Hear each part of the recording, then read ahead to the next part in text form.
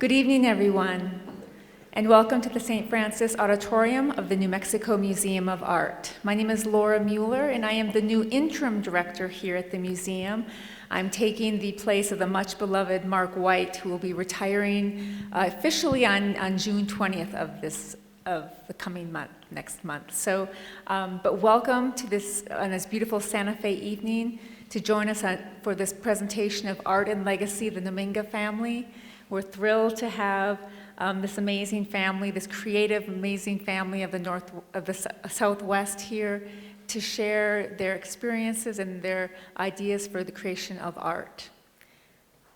I also want to welcome Carolyn Kastner, who is the Curator Emerita of the Georgia O'Keeffe Museum here in Santa Fe, where she organized exhibitions and edited catalogs such as The Black Place, Georgia O'Keeffe and Michael Namingha in 2018, Georgia O'Keeffe's Watercolors from 1916 to 1918 in 2016. Since retirement in 2018, her research, publications, and curatorial projects continue to focus on the diversity of American art. In 2020, she curated her first online exhibition, Bursts of Light, Contemporary Glass in the Indian Arts Research Center. Kastner moved to Santa Fe in 2007 to join the art history faculty at the College of Santa Fe as a professor of Native American art. Prior to her move, Kastner lived in San Francisco, where she was an independent curator and taught art history at the California College of the Arts. She earned her PhD in American art history at Stanford University. Please join me in welcoming Carolyn and the amazing Namingha family. Totally my pleasure to be here this evening. I'm thrilled to be here with these four artists, and I think you'll find it interesting to hear them talk about their work. I have written about their work, and I've never been in a position to talk to all four of them, so I look forward to the evening as much as you do. I'm going to ask them some questions, and we'll leave a few minutes at the end where you can ask more questions if I didn't cover the questions that you had for them. So these are four amazingly prolific artists themselves, but they're also the descendants of a renowned family lineage dating back to the 19th century Hopi artist Nampeyo. And she was known for her skills as a potter, but remembered now for something more, and that was her extraordinary imaginative painting on the pots, which was a break from what people in her village were doing at the time. And that's something that I think that lives on among these four artists, and we'll talk more about that. Each of these artists is known individually for their abstract practices across many media and recognized in exhibitions across the US and beyond. They are represented in numerous museum collections all over the world. Each of them has been recognized with awards for their singularity, their artistry, and their inventive skills. So I'll start with the oldest, Dan. I am going to be interrogated. Yes, and I'm older than Dan, so I can say that, yeah. He has a long and distinguished career as a painter and a sculptor. His work is in collections of museums across the globe. Les is a painter and a ceramic artist who is known for the perfection of his pottery forms and his originality and generative designs painted on canvas as well as his pots. Arlo is a sculptor. They are. They're so shocked to talk. That's Arlo, who's not talking right now, but he will. He is a sculptor who creates in wood, clay, stone, as well as bronze. And finally, Michael, next to me, if he doesn't smile or raise his hand, photographically based. He has a photographically based art practice, and recently he has been expanding from seed print mounted on shaped plexiglass into scaled silk screens. Those are hard words to say all at once. Silk screens, and if you've not seen his silk screens yet, you'll be surprised at what you see here. So the next slide. So tonight we're here to discuss the creative practice. Okay, thank you. and remind me again if I don't do it. Tonight, we are here to discuss their creative practices in relationship to their family lineage. And among them, dating from Namingha, are 70 additional artists. This isn't a small family of artists. So looking here at this image and the quote, when I first began to paint, I used to go to the ancient village and pick up pieces of pottery and copy the designs. That is how I learned to paint. But now I just close my eyes and see designs and I paint them. And this really, I think, is an important departure from how you know her as the iconic artist, and that's how she's been classified. But that's anthropologists, not art historians. And this is a creative family who has always been innovating, and that's what's important about that lineage, is that she began herself innovating. She became an artist who started what was known as a canon in the 20th century. And yet she did not copy those ancient pots. They inspired her creativity, and I think that's what each of these artists tonight will tell you about that family. It's a very modern artistic philosophy that she began in the 19th century. So what I'd like to do is talk to each of you as you wish, and if you don't raise your hand, I will call on you. When you look at this image of your ancestor and think about this quote from her, there's no date for the quote, but clearly she accepts the creativity of what it is she does based on something from the past. So how do you relate to this legacy? Well, for me, it's pretty much similar. There was a time when I was much younger, I had different art studies. But later on in my life, by the time I was in my 20s, I really started experimenting. And we have a slide, actually. Yeah. And this is dated 1991. My mistake. It's from 1981, Dan, if you don't recognize it. Actually, it's a lithograph that I did at Tamarind Institute in 1981. I started doing lithos at Tamarind in 1974, something like that. And this is one of the prints I worked on. Based on Namingha's pottery designs. But in this case, I used different solvents that I was working with at the time. So in the center part, the reddish area, now that's a thing they call touche. And it's a solvent that you apply to the plate. And this particular print has about 5 color runs. Mm-hmm. And so these plates have an individual design, and then another plate has another one, another plate has another one. So every time you apply each plate, one color goes on top of the other. And so in the black areas, there is some color protruding through that you can see, and that's where I was trying to pick up in this particular piece here. But anyway, that's something I did, years ago. And in the 70s, I did some others, but they were oil pastel paintings. And they were works on paper. And they were pottery designs. And then I did some on jute, jute and linen. It's a different fabric, which I stretched. I applied rabbit skin glue on that, so it made the primer transparent onto the jute and linen. And then on top of that, I applied some pottery designs. Some of these designs are very abstract. Yes, and that's a family tradition, I've noticed, abstraction, starting with Namingha.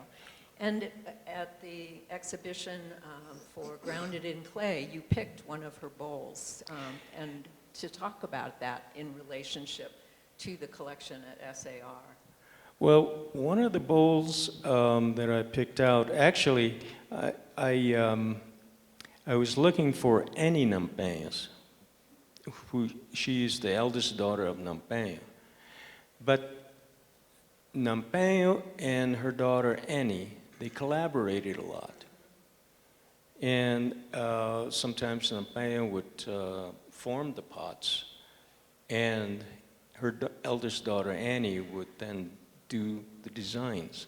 And then it would go vice versa. But the mother of Namingha, her name was White Corn, Kun Lutsang, and that was her Tewa name. Anyway, she would mix and work with the clay and prep it for Namingha. And then they would share that, she would share that with her daughter Annie. And that's how they would work. So the pottery I picked out from SAR, actually, I thought of Annie, her eldest daughter, so I wrote a piece in the book about her because I knew her as a child when I was young. And anyway, just getting back to their, they both would collaborate was on my mind as well. And so, and it's a pottery, a pottery design that has two birds and they're opposite of one another. One is above and then the other is below it. But it's the exact same design. And I thought of it as a thing that we have out at Hopi and among the Pueblo people, which is duality, opposites. Which is a theme often in your work. Yes, it can relate to living, dying, the sun and the moon, day and night. So there is duality in our world. And so that's the pot I chose because of the bird design. There were two of them, but they were opposite one another. And Michael, I'm going to ask you next about your choice. So we see the next slide. Both Michael and Les talked about Michael's grandmother, Les's aunt, and her name is Dextra Namingha. And Michael, can you talk about how that relates to your work? And I put something up here from earlier. Yes, so the piece that you see of my grandmother's, I don't know, yeah, that's the one from Grounded in Clay. Yeah. It's very small, it's about this big, shorter than a pen. So you can see how intricate the design is for a work of that scale. What I came to realize in my own work, which this piece is a shaped chromogenic print that's face-mounted to shaped plexiglass, is in my grandmother's pottery piece, they're made up of a bunch of pottery shards. And in a way, my work is reflective of that. These jagged edges come to represent these polygon shapes that remind me of pottery shards.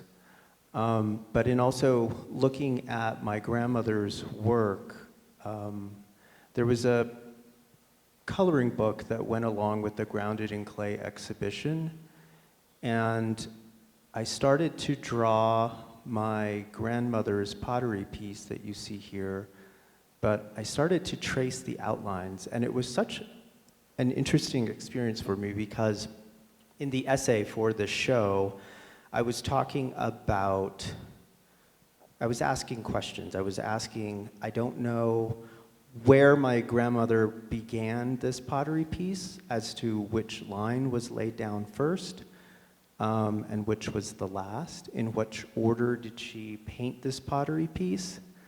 But by tracing her pottery design for that coloring book, I began to follow in her footsteps. And it was this very emotional experience for me that I was not expecting. And in a way, that was a form of answering my questions. And so when I think about these different shapes that I use in my work, I feel like I'm connecting generationally to my past. Yeah, I think it's visible, and it's wonderful. And if we can have the next slide. Les, you also talked about her, and I pulled this up of her pottery to compare. Tell us about, each of you had personal experiences. This was a teacher, not just a far-off mentor.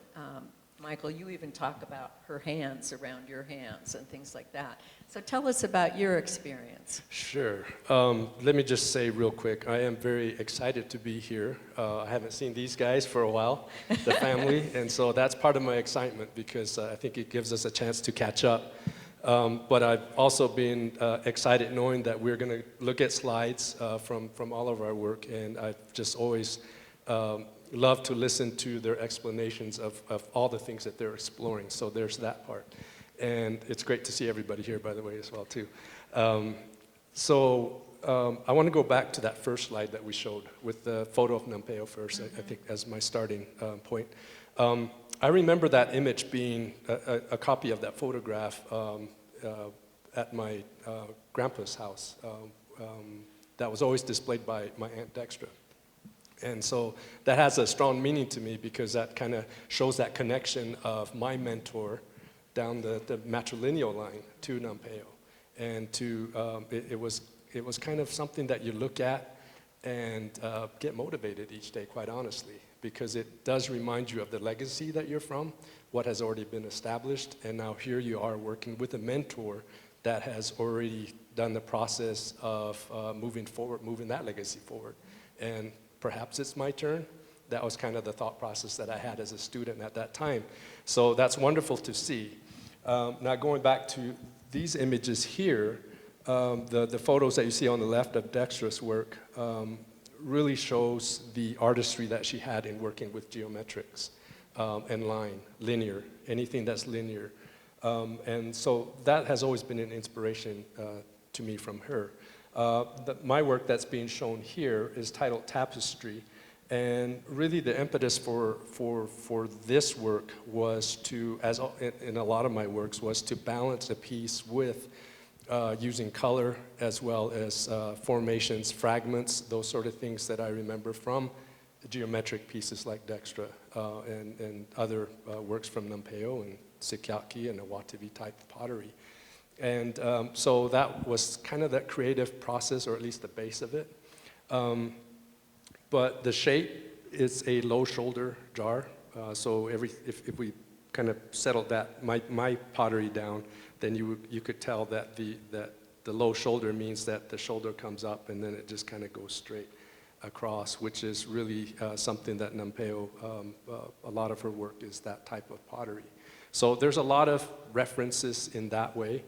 But then this is probably something that we'll talk about here in a little bit. There's also references to contemporary and modern art, graphic design, I see those sort of colors. things. And yeah, we can probably talk about that here in a few more minutes. Yeah. But all of those have combined into something that I hope is a contemporary piece, but it's something that is hopefully formulating that third, fourth, fifth generation of that legacy of Namingha. Yeah.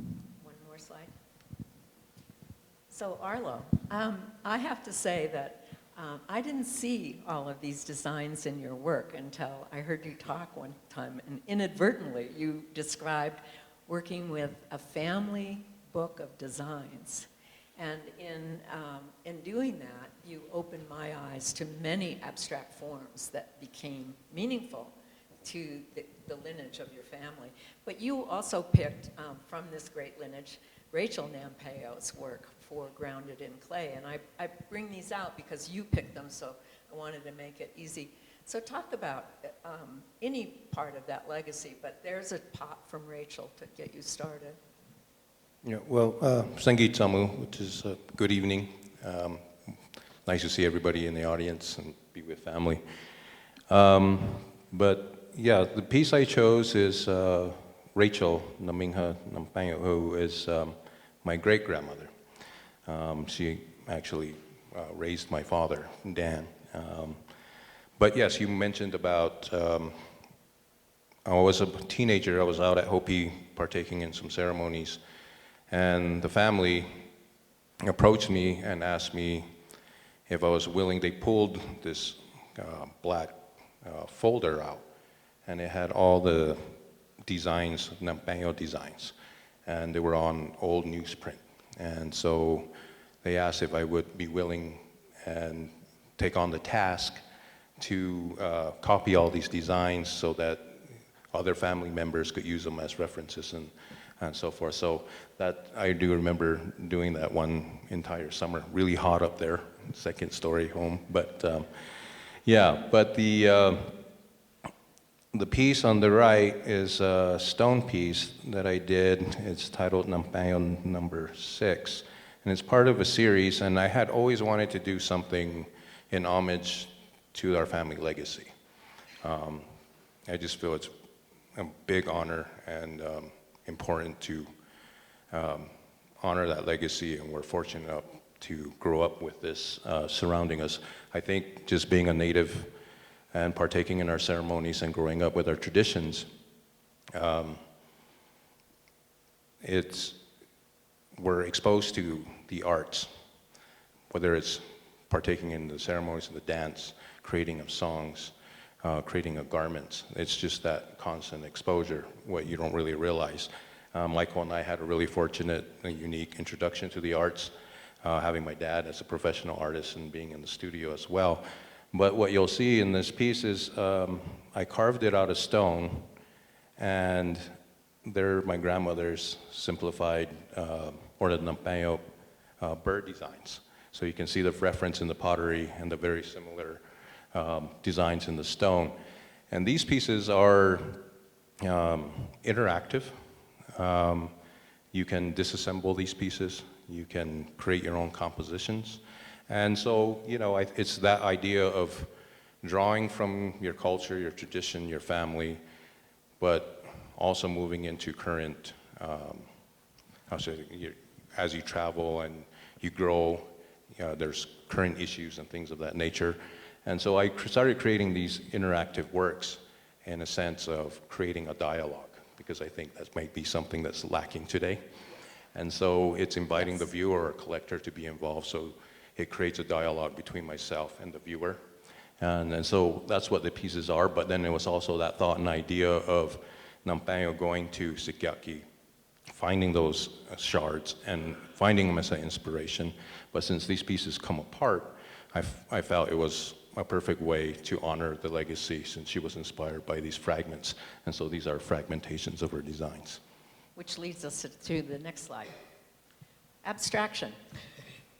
So, I mean, this is also a modern idea. It wouldn't be a word that would have been used by Nampanyo, but the creative act of being inspired by fragments, bringing fragments into her pottery, designs from different potsherds, and it's something that carries on in a modernist tradition that all of you apply your technique and your skills to abstraction. And it's powerful. And in addition, I see this continuation of every composition being filled with precise lines. And again, it's a very modern way of constructing a work of art, especially an abstraction. So let's just look at some more of your art in relationship. Now we've talked about your legacy, but Dan's slides are up first, so that makes you the first speaker. And not because you're the oldest, Dan. But I think here, it's just important to look at these, again, an Nampanyo motif, which I asked for slides. I don't know if you sent this, Dan, or if one of your many helpers named Nicole or Francis sent this slide, but it involves some of these same kind of references, but also it is completely of the 21st century. Do you want to talk about that some? Well, now going back to the 70s when I was doing abstract pottery designs, I just would go one step further. And again, relating to Nampanyo, that's what she was doing. Mm-hmm. She was taking an idea in her mind. She would take like we all here would say, a fragment or a snippet of an idea or a design, and then you take it and see where else you can take that much further. In this case, the bottom part of this painting here is actually an actual pottery design, but the colors have changed.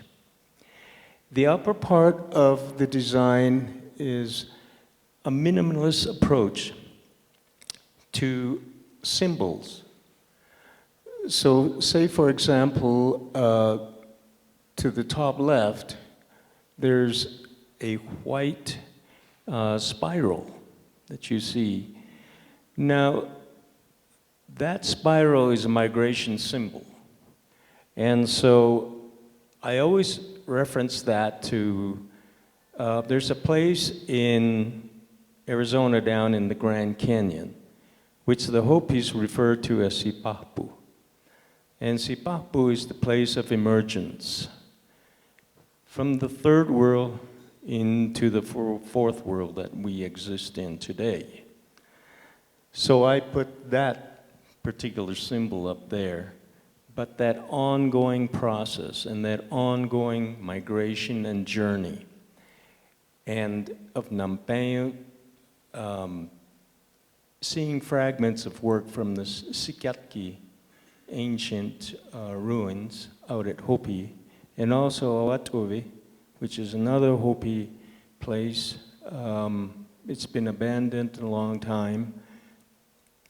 And there are so many out throughout the Southwest where the Hopi people and the Pueblo people had stopped, stayed there for a while. I mean, Chaco Canyon is a good example. And left shards and items from their past. And so, so basically what Nampanyo did was pick something up from the past, which is just a little snippet of the past. Yes. And then she just went off and took it somewhere else. Yeah. And that's basically what I was doing here. Yeah. So next slide. So you also moved into 3 dimensions, and these are 2 works from 2015, and so they've come out of the flat into something that you can move around. Yeah, I've been sculpting. Well, I used to work at Shidoni Foundry back in 1972, and so I got acquainted with not only bronzes but steel. And I started to do some of my work back then, some of the sculptural pieces, 3-dimensional pieces, and then I went into stone work as well as wood carvings.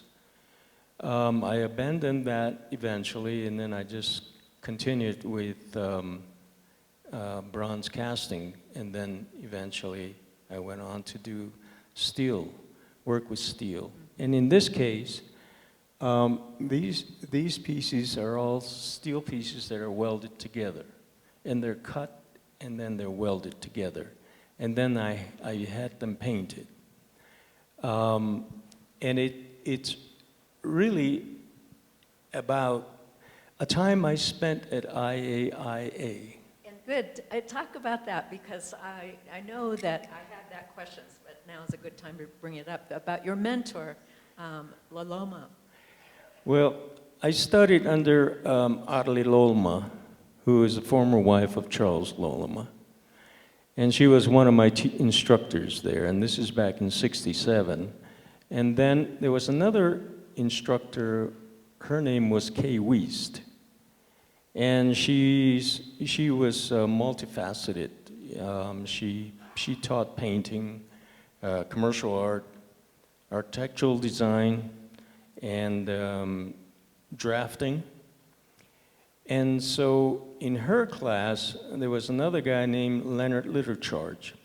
And she would take us aside and we would work on a project. And so my job was to cut these mat boards and then we glue them together and to create a building. And then there's the floor plans of that building. So I would look at the floor plans with these geometric designs of the walls and whatnot, and the trees in a circular form. I mean, you're looking at a typography of that. And so that started stirring in my mind. And eventually, this is the end result. These are cutouts and forms, and then they're put together. But at the same time, it's very abstract. Yes. And that was the intention. So we look at it's as if you move back and forth with some of these same shapes. And I didn't pick these slides. I'm just telling a story that's obviously on the screen here. But it's just wonderful because when we go then to 2023, points connecting, some of these same colors and shapes reoccur. Yeah, in this particular painting, one day I was just thinking about the universe, first of all, our planet, and how we all are on this planet. This is relating to humanity, as well as the animals on this planet, all the things that are important to our lives, the trees, the vegetation, the mountains, the rivers, the streams, the lakes, the oceans, and all that exists underneath the ocean. So I was thinking about that because of climate change, and it is changing slowly. And so I didn't want to do an image of in a literal sense, where a person touches the other and it creates points connecting. But so what I started doing was creating these shapes. And each shape connects to a point. And you can see that in this piece. Each point connects to one another. And they move in continuously to create the composition. And so that's what this painting is really about, is how we are all interconnected. And the series goes on beyond number 45 as well. Yes. And in many media. Still continuing. Yes. We have one more slide for Dan, just to talk about your smaller works that create a world. And can you talk about that? This is a place out at Hopi called First Mesa. Well, actually, the black area in the middle is the mesa at Hopi. There are 3 mesas out at Hopi. First, and you go about 7 miles west, there's Second Mesa. About another 7-8 miles, and there's Third Mesa. Each mesa has a village, or 2 or 3 villages on them. I grew up here at First Mesa. At the base of First Mesa is a village called Palaka. So that's where I grew up. But on top of the mesa, there's a village called Hanu.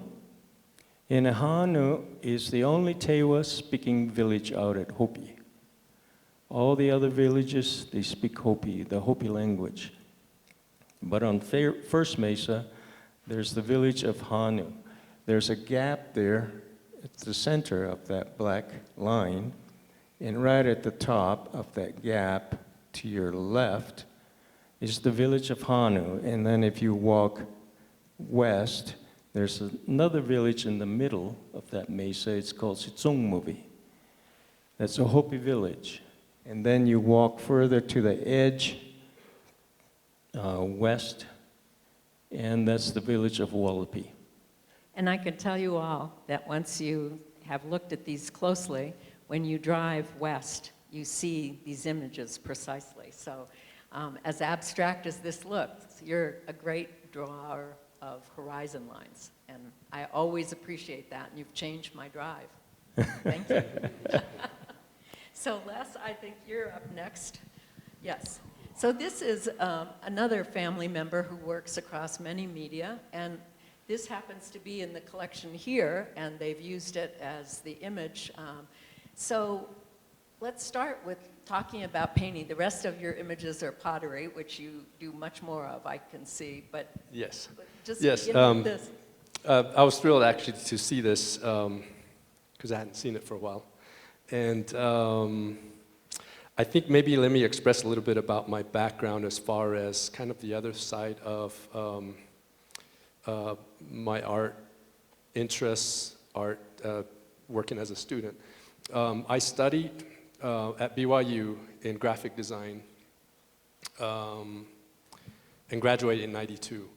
I started my mentorship with Dextra in 1989. So during that time period, about 4 or 5 years, I was actually going back and forth between two modes of study.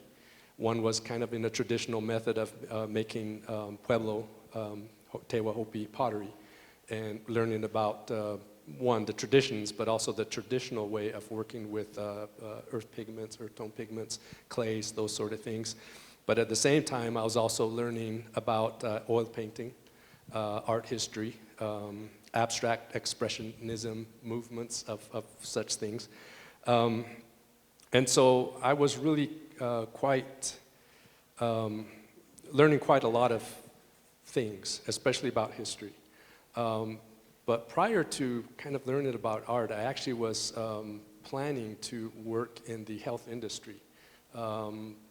My family, the other side of my legacy, on my mother's side, a lot of my family members are working within the medical industry, whether they're doctors, nurses, mental health technicians, those sort of things.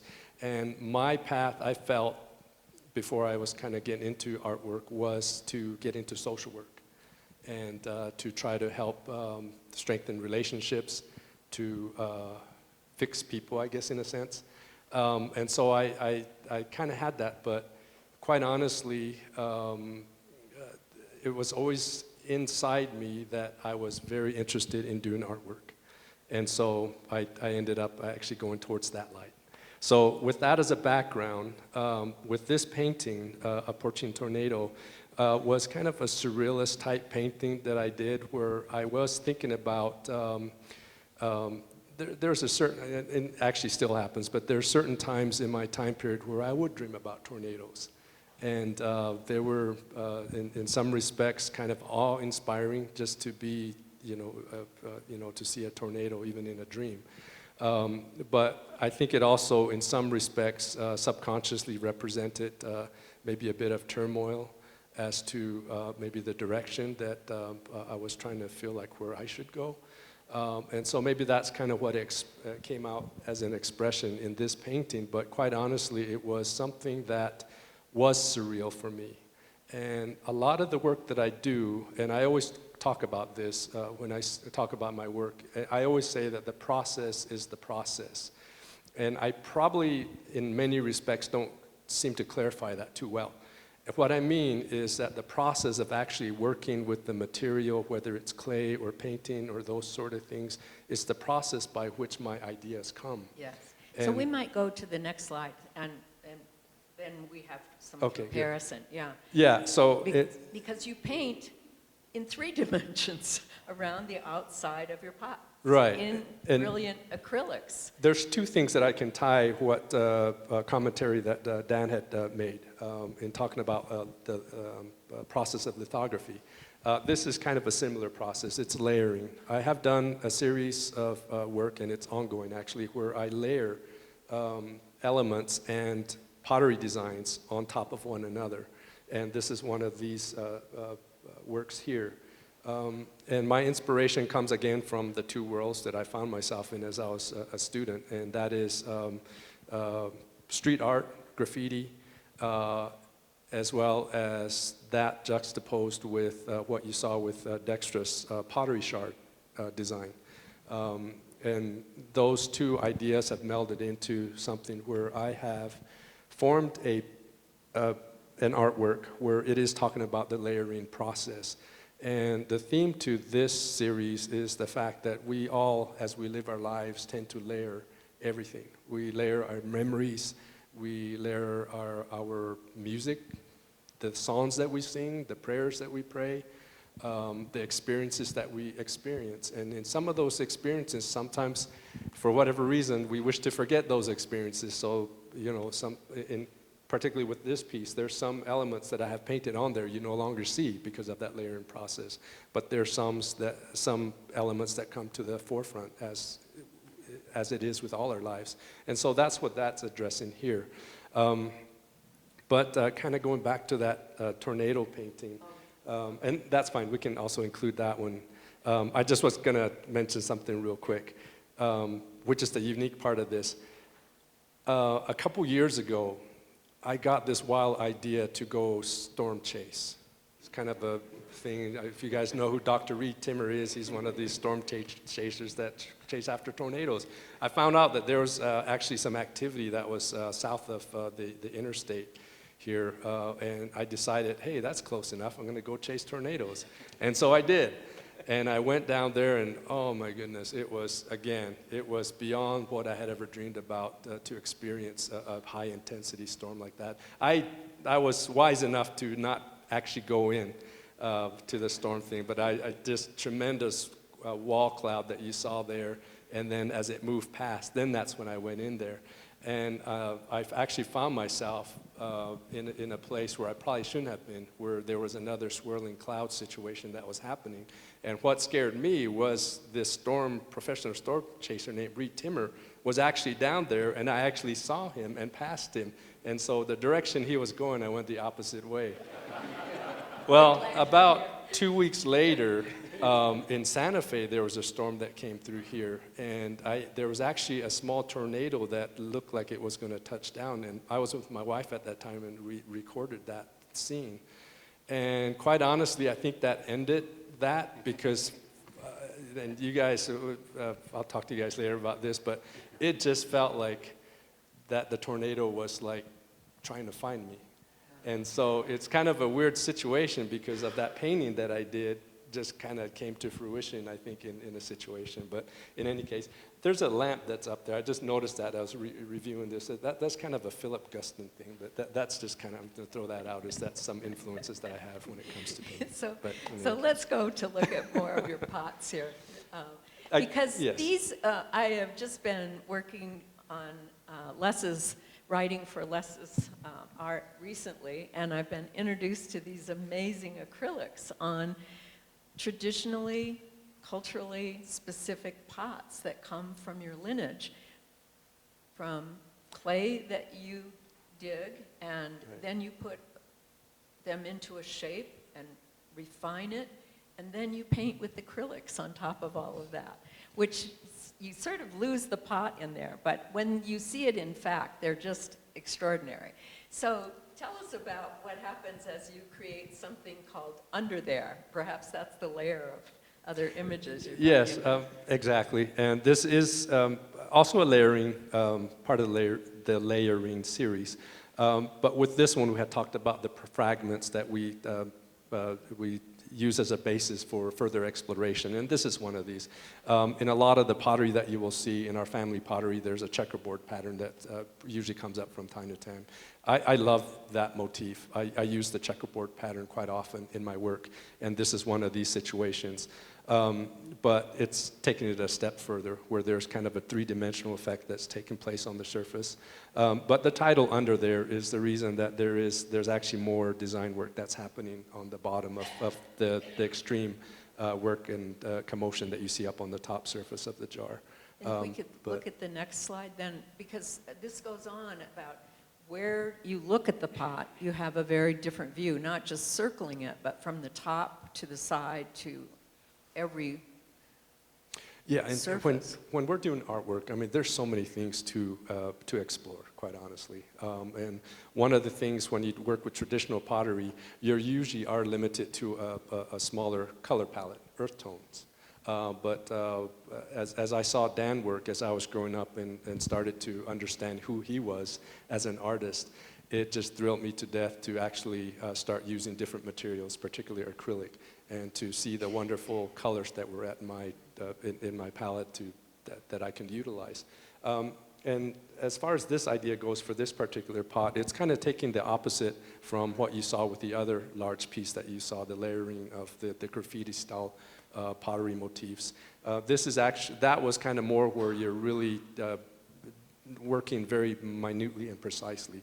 Whereas on this way, I'm expanding what I've seen in Nampeo's pottery work and just really enlarging the motifs and the imagery as far as that goes. And so this is an example of going the opposite way of that. It's all mind-boggling for me. I mean, just the first few slides I saw, I couldn't believe that this was pottery. And it goes back to your statement, Michael, about finding how to put all of these designs together in a circular pattern that ends up matching.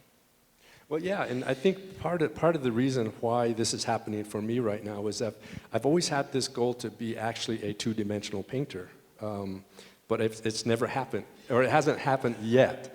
And a large part of it is what Dexter had told me about the spirituality of clay, where the clay does draw you.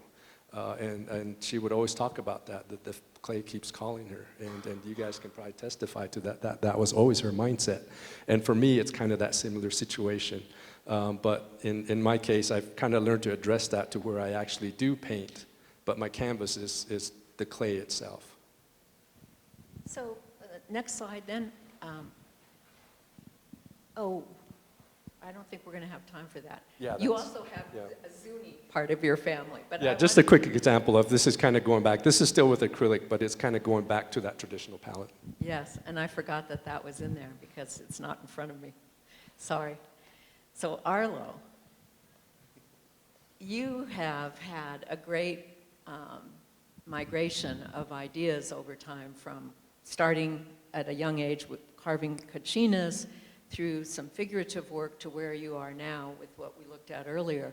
So tell us about working here in an early piece from 2004, working in bronze.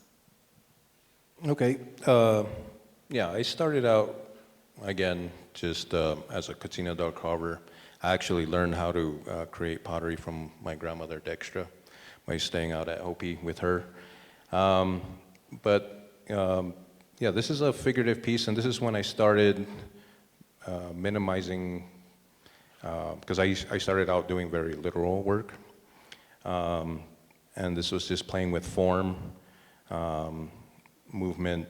The original of this was actually created out of wood, and then I had it casted, and then I enlarged it, so this is actually a fabricated piece. So the bronze is all cut and welded and put together. And this is actually a piece of my wife, Nicole. She partook in a ceremony at Okeowinge, and after she was finished, we brought her back to the family house and took a photograph of her, and so this is actually emulating my wife, Nicole. Yes. So one of the things that you have said is that you work from memories and landscape, and these ideas come to you, but then you simplify them. I wouldn't have recognized Nicole because the figure doesn't have high heels on. And as Nicole knows, I'm a great admirer of her high heels. But let's move to the next one, because you continue to simplify. This is looking at the landscape. Yeah, this piece is titled Sand Hills. It's one of my favorite locations out at Hopi. It's located behind First Mesa. While I stay out at Hopi with my grandparents while taking part in ceremonies, I would frequent that specific location. Again, this is one of the pieces that's interactive, so you can disassemble. It's inviting the viewer to be involved, create your own composition, so it creates a dialogue. But I was asked more than one time, what is it like to go home? do things change? And I thought about that. I still go home quite a bit to Hopi as well as Okiawinga and partake in their ceremonies. And I was thinking about that. I thought about the shifting of the sand dunes and how things change over time. And the answer is yes, I've changed as a person. People pass on, new kids are born. But the one thing that stays intact is our traditions, our language, our culture. And so what this is referring to, you see those 4 notches in that one particular piece there in this sculpture, and that refers to those windows and doorways to those significant places like Chaco Canyon that we still have strong ties to. And then the cylinder refers to Tawa, the sun. As the sun rises and the sun sets, things change over time. And then I used 4 pieces in this, created 4 pieces for this particular sculpture. As you can see, it all fits together on the right, but then you can disassemble it. And it relates to our symbolism, which is still intact. And it's the 4 cardinal directions, north, east, south, and west. So a lot of my pieces really do tell a story. And so that's basically the idea behind this particular piece. And I say this is a success because I've gotten you to talk about those stories. So let's look at the next one. This one here is titled Reflection, and it's part of a series. Again, it's very optional. As you can see, it's angled. It's all balanced. Was a solid stone block when I started. And then I used what I call a control break technique. And that's something that really kind of came about out of necessity, working in my studio. I don't really have any assistants in my studio. And so I was starting to break apart these large slabs of stone to get to the source I wanted to work with. And it's something, funny enough, I learned from my great-grandmother, Emerson, the husband to Rachel, because he was a stonemason, and I was always around him as a young kid and watching him use this particular technique to break apart these stones. And so I was using this technique. And then I started to really realize that I could control the break more and more. And so it's a reflection, and it actually both click together. And all the various different angles, you can change the composition, and it's just about self-reflection. Basically, I think all of us go through that in self-reflection and thought and idea, and you can change the composition, and it's almost about your thought and idea and your choices. So what you make throughout your life is basically where you're going to end up. And so that's just really telling that story about that. Another story. Go on, Arlo. These just, if you have not encountered them, they're extraordinarily generous. And as a curator, it mortifies me that he invites you to touch them and to move them. But that is the power of the work, because it's heavy when you pick them up. Get everybody to work out. Yeah, well, again, this is, like I said, a lot of my pieces do tell stories. This one is titled Mythology. It's relating to the Hopi story of the fifth world and how we're currently in the fourth world emerging into the fifth. But it's also a metaphor how we're all interconnected, as my father referred to earlier, as humanity. And we all have our own beliefs. We all have our own cultures. We have our own religions, own thoughts and ideas, but we're all interconnected as humanity. And so that's why each one of those pieces is actually moving in a slightly different direction.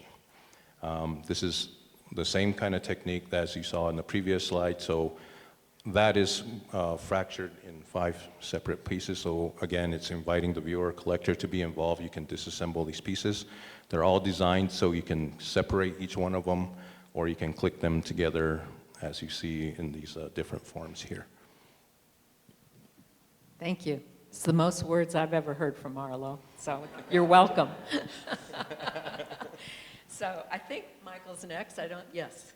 So Michael, you've recently been at some residencies and exploring new ideas, and you began here with the sea prints, and you've ended up someplace entirely different. And in between, you also had a residency at SAR where you were looking at your family's pottery. So there's just a lot of influence and change going on in your work. So let's just start with where I met you, working at the Black Place and looking at the landscape.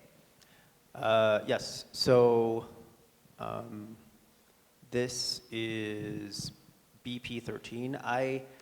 This is from the exhibit at the O'Keeffe Museum, where I was responding to O'Keeffe's Black Place series that she painted in the 1930s and 40s. And I was invited by the museum to give a talk with Larry Fodor and a couple other people, I don't remember who.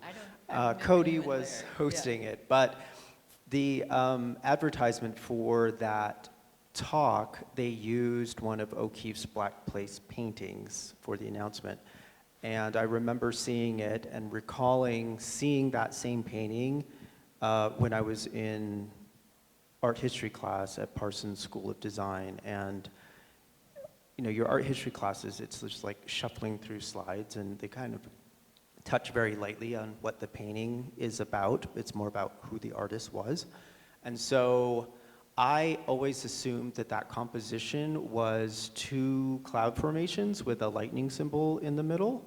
And so I asked Carolyn about it, and she said, no, it's a landscape in New Mexico in the Four Corners region, and it just piqued my interest. And so when I was asked to participate in this show called Contemporary Voices, where the O'Keeffe Museum invites artists to create bodies of work in response to O'Keeffe's work, I chose to look at the Black Place. And so I started to research where this place is, and it's in the Four Corners region of New Mexico, and I used Google Earth to look at it from an aerial perspective and really became kind of attached to that perspective. So when it came time to photograph the landscape, I used a drone to photograph those portions of the landscape from an aerial view. And so what you're looking at here is a drone photograph. That's the black and white piece. And it was kind of looking at it from the same perspective as O'Keeffe was, which was pretty abstract. She was zooming in and closing a very close view of those hills. And the red and black in the piece, the red represents, there is a cloud over North America. It's the largest methane gas cloud in North America that was recorded by NASA in 2014, and it appeared on their infrared satellite images as red, pink, and yellow. And what I learned while looking at the landscape was that oil and natural gas companies have moved in and started to do a lot of oil and natural gas extraction. And so that led to this methane gas emission. And so a lot of the work in the Black Place relates to, the colors in that series relate to that methane gas cloud. And then the black portion represents the piece of the landscape that may not be there someday.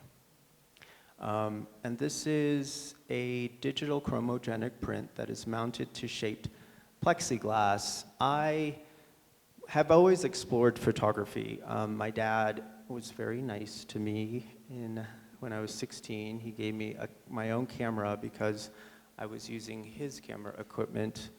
And he said, here, now you have your own, don't use mine. So I've always been attracted to photography. And it's also a very instant medium, especially today. But I was frustrated with looking at photography through the lens of a square or a rectangle. And so I was thinking, how can I break free of that? And looking at the work of someone like Ellsworth Kelly or Ronald Davis, who were creating these shaped images, I was inspired partly by that, but I was also inspired by opera set design. I go to the opera here, and I go to the Met Opera quite a bit. And I started to observe how set designers skew a set to trick the eye with forced perspective. And so I started to think about photography in those terms. And so I started to experiment with shapes. And so that's where these polygon shapes come from. And for those of you who haven't seen these before or in person, they're utterly flat, which is unbelievable to your eye sitting where you are.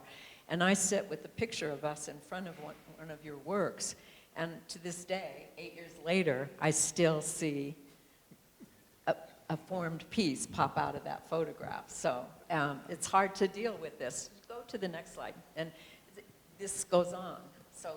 So in 2022, the Grounded in Clay exhibition traveled from the Museum of Indian Arts and Culture here to the Metropolitan Museum of Art in New York City. And so Patricia Norby is the curator there, and she commissioned 4 artists to create specific works for the museum during the duration of the exhibit. And so I knew I wanted to explore material in my commission. And so in order to do that, I enlisted the help of a master printer by the name of Luther Davis, who runs the Powerhouse Silkscreen Studio in Gowanus, Brooklyn. And so we started working together on the concept for this piece, Yupgoivi. Yupgoivi is actually the Hopi word for Chaco Canyon, and it translates to the place beyond the horizon. And since Yupgoivi is located not far from the Black Place, it also is underneath this methane gas cloud. And so that relates the color in this work, which is this intense fluorescent pink. And the black area that you see down below, kind of where the plant life is, I've incorporated sand from Santa Fe, whose Tewa name is Oge Boge, which translates to White Shell Water Place. Since Grounded in Clay is an exhibition about Puebloan pottery, I wanted to include this material that is used in pottery making. And since Oge Boge is such a special place for many of our ancestors, incorporating that material into the work just made sense for me. But also looking at my family lineage of mostly Hopi pottery makers, I also wanted to tie my photography practice to their pottery making practice, and using this soil into my work ties our generations together. And so this is a 5-color silk screen on a shaped panel. With sand added. So if we look at the next slide, this is an ongoing theme right now that you're in the middle of, because each iteration, you and Luther create new techniques to accomplish your ideas. Yes, and so this is still within the Yupgoivi series, but this is a completely different material base. It's ultraviolet cured inks on collage dye bond panels, and dye bond is a composite material made mostly of aluminum. This piece is on exhibit currently at the Albuquerque Museum as part of an exhibition titled Light, Space, and the Shape of Time. It's about mostly artists that started the light and space movement. So Larry Bell, James Turrell, Robert Irwin, but Jenny Holzer's part of it, Leo Villarreal. And so this piece is pretty large. It's 60 by 60 inches. The colorations, again, of the Yupgoivi landscape relate to that methane gas cloud. And then the green background represents air quality index color chart colors. Green is, of course, when it's safe to interact with the environment. And then these other colors, orange, red, and violet, tend to be on the higher end of the spectrum when there are a lot of pollutants in the air. So in being in this light and color exhibition in Albuquerque, I read a review of the show, and this was reviewed as a representation that light and color, which are studied by the people who occupied Chaco, predate the art and light movement of LA by about 1,000 years. So the next slide. So I was so excited, actually, to hear Les talk about being a storm chaser because I guess it runs in the family. During New Mexico's largest forest fire on record, which was in 2022, the Hermit's Peak fire, I became a storm chaser as well, but I was chasing after these pyrocumulonimbus clouds, which you see in this silkscreen painting. So the Hermit's Peak fire started in April and wasn't contained until August and burned 341,000 acres. And over that time period, these pyrocumulonimbus clouds would appear rather frequently. And so going back to 2017 during the massive forest fires in Australia, there were so many occurrences of pyrocumulonimbus clouds that they created a website to record whenever one was spotted. And so a pyrocumulonimbus cloud is a cloud that is created by the intense heat of a forest fire, a volcanic eruption, or a nuclear explosion. And so every day I would sort of look for these clouds to appear over the Sangre de Cristo Mountains. And so this disaster series is my documenting of the formation of that cloud series over the course of a day. And so this is number 1, and it is created as a 5-color silk screen, and the black portion is this enamel ink that creates this sort of dynamic coloration. So when you look at it from different angles, it starts to shift in color.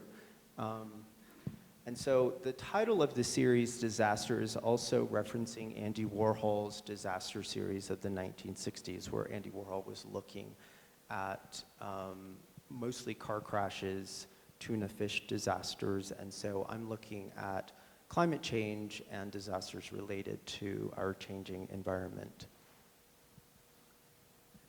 Yes, the disaster.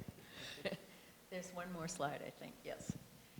So it's just been my pleasure to hear you talk so much, and I hope that you've enjoyed it too, because as Dan pointed out to me earlier, he mostly says yes or no when you ask a question. So I'm so delighted that you spoke to us this evening.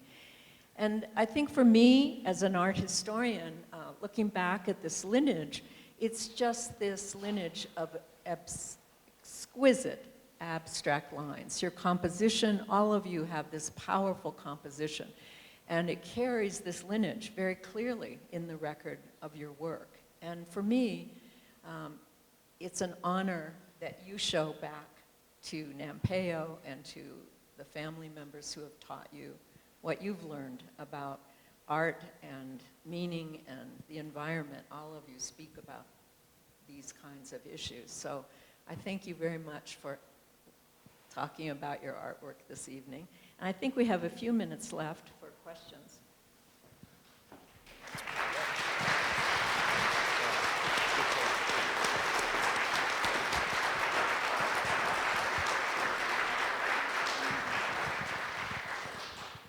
You haven't explained your relationship with one another. I'm assuming that Dan and Les are cousins? Yes. That's then, correct, yes. And then are Arlo and David, are you sons of Dan? Arlo and Michael. Okay. Michael. Michael. Oh, Michael, sorry. Yeah.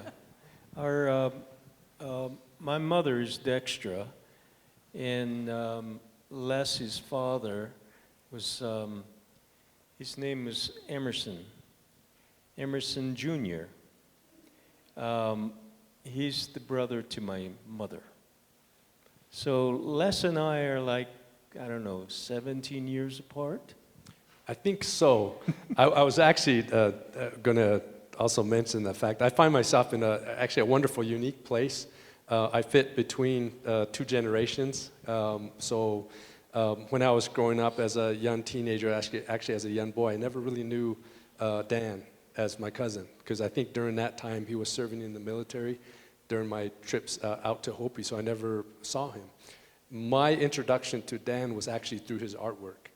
There were certain summers that I went to stay with my grandma and grandpa, Papa and Saya, and they had posters of his shows. And that's the first time I had seen his artwork, and they spoke to me. I didn't fully understand what they were, but to see a painting that's titled Midnight at Walpi, that was enough to see, yeah, I see what he's seeing. And that was wonderful.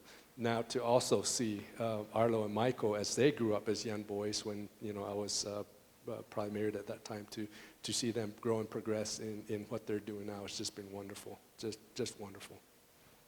So thank you for asking. That was my job. I had a sentence written down, and I clearly skipped it. So, yes, so Dan is father to Michael and Arlo, and then their cousins once removed or something. I'm Irish, and we just call everybody cousin who's not an elder, so I think that will do. But in this case, I also think that it's pretty fabulous what it would feel like, not only to be part of this lineage, but to be a child growing up in a household where your parent is an artist, and it works both ways, that it must be amazing to see your two sons, Dan, become artists. But one of the stories I love, and I don't remember which of you bad boys did it, so you can claim it or not, but there's a story about a youngster coming into Dan's studio and improving on Dan's art.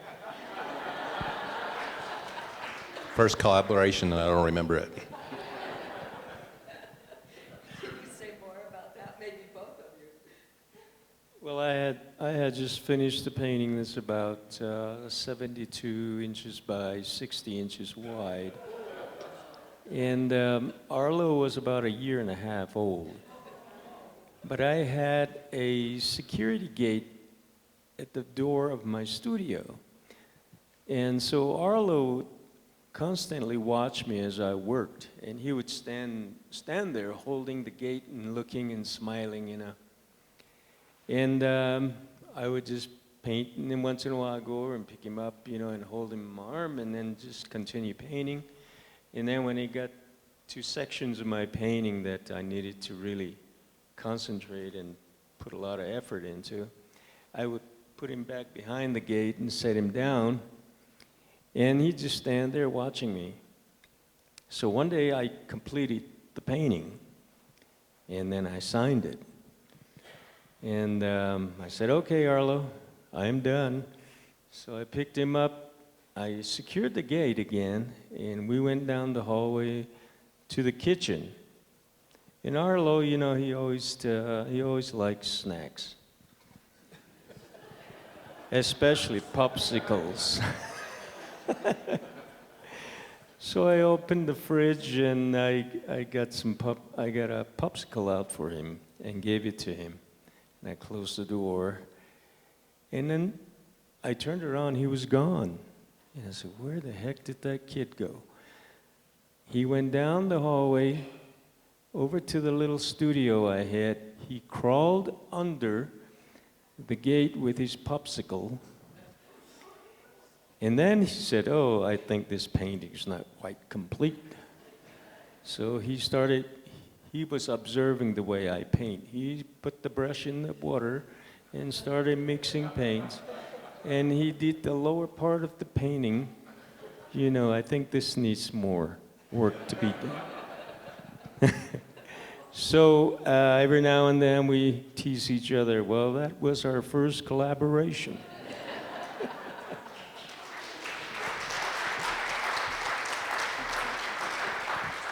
And to this topic of lineage, I also might add, if you go online, you can find Nampeo's lineage drawn out by many people.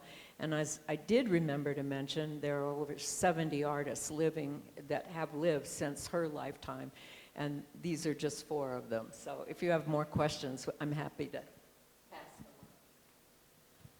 We do come from a large clan. We're all from the Corn clan out at Hopi. And I just want to explain that Namingha, she was the mother of our clan. In other words, she was the mother of the Corn clan. And whenever we had ceremonies or were preparing for ceremonies out at Hopi, she was the one that would have all the cornmeal ready. She had to grind it, and she had relatives that were also of the Corn clan, her daughters, her nieces. They would grind the corn and prep it for ceremonial events. Now, cornmeal is an important part of a prayer offering, especially in the mornings. As soon as you wake up, and before the sun rises, you take your cornmeal outside, and once the sun just peeks over the horizon, then you present your cornmeal to the sun. And when the sun rays come over the horizon, you take that and you put it through your body, and then you say a prayer, and that's basically to take you through the whole day in a very honorable, good way. And also, the prayer can include, family members, the well-being of family members, as well as the village, and also beyond that, and that's the planet. And so that's how a lot of times the cornmeal is used. Other times it's during ceremonial periods when you have a ceremony.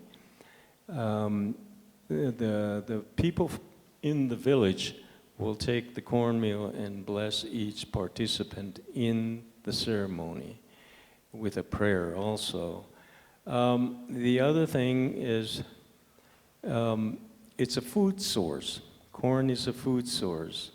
And so it's a sustenance of life as our people see it.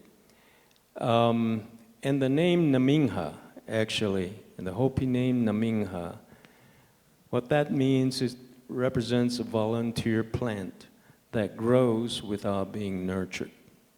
So that's what Namingha means. Naming means by itself. Hai means growing. And so they always tell us, when I was a young kid, they said, you be careful of those plants because some of them are medicinal herbs. Don't step on them because they're referred to as a Namingha. Or if there's a corn plant that grows without being nurtured, maybe the seeds went somewhere and there's this corn plant that grew. You don't knock it down or step on it because they say, some of the elders say that's a Namingha. And I don't know, maybe it applies to us because we've pretty much taken our art, creative art ideas, our work on our own, and we're continuing that and taking it somewhere else. And in other words, it's continuing to flourish. And so I guess that would be a Namingha.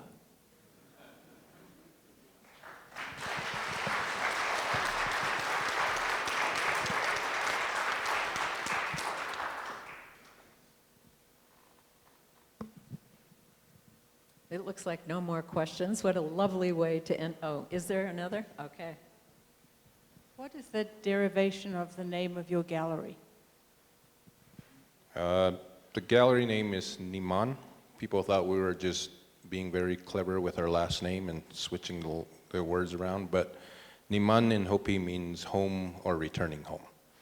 And since we travel quite a bit, but this is our home location, my father and mother decided to name the gallery Niman.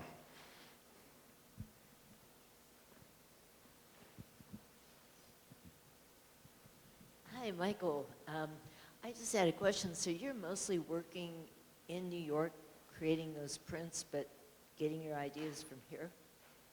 That's fabulous. And Are you going to go further out in space? Hello, Susan.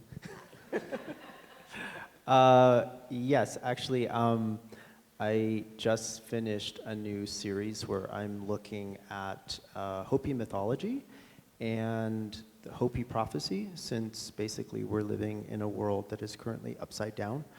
I am looking at the cosmos, and so I took photographs of different phases of the moon, and so I'm now just completed a series of paintings that have works centered around the sky. You guys are amazing.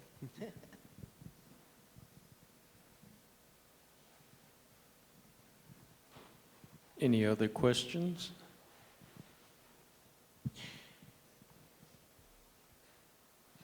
This is the kind of a logistical, perhaps mundane question, but maybe for you, Les, when you're working on your pottery and it's cylindrical, how do you secure it while you're actually doing the painting? Oh, yes. I actually hold the pot and paint. So that's what makes it hard for me to actually transition to a two-dimensional surface, because I'm always used to having the work that I'm working on really close by as I'm painting. Acrylic dries pretty quickly, so I don't need to worry about messing anything up as I'm in the process of doing so. But yeah, I'm able to just work in that manner. Thank you. Oh, I should actually do a quick mention, because that's been on my mind. That last sentence there, now I just close my eyes and see designs and I paint them. I remember Dexter saying the same exact thing to me quite a few times. And from my own experience, I know that to be true as well. And so as far as creating compositions and moving forward, what I want to move forward, just through practice and experience, it does come easier as the years go by. And that statement is indeed true. I think my methods are all over the place when it comes to that. There are times where it is free-form abstraction, to where I actually pencil in the composition that I want to create as I go. But then there's other times where I do work it out on paper, scratch paper or whatever, and go from that source. And it varies, depending on what I want to achieve and what I want to explore. Thank you very much. It's been my pleasure. Thank you, everybody. Thank you all.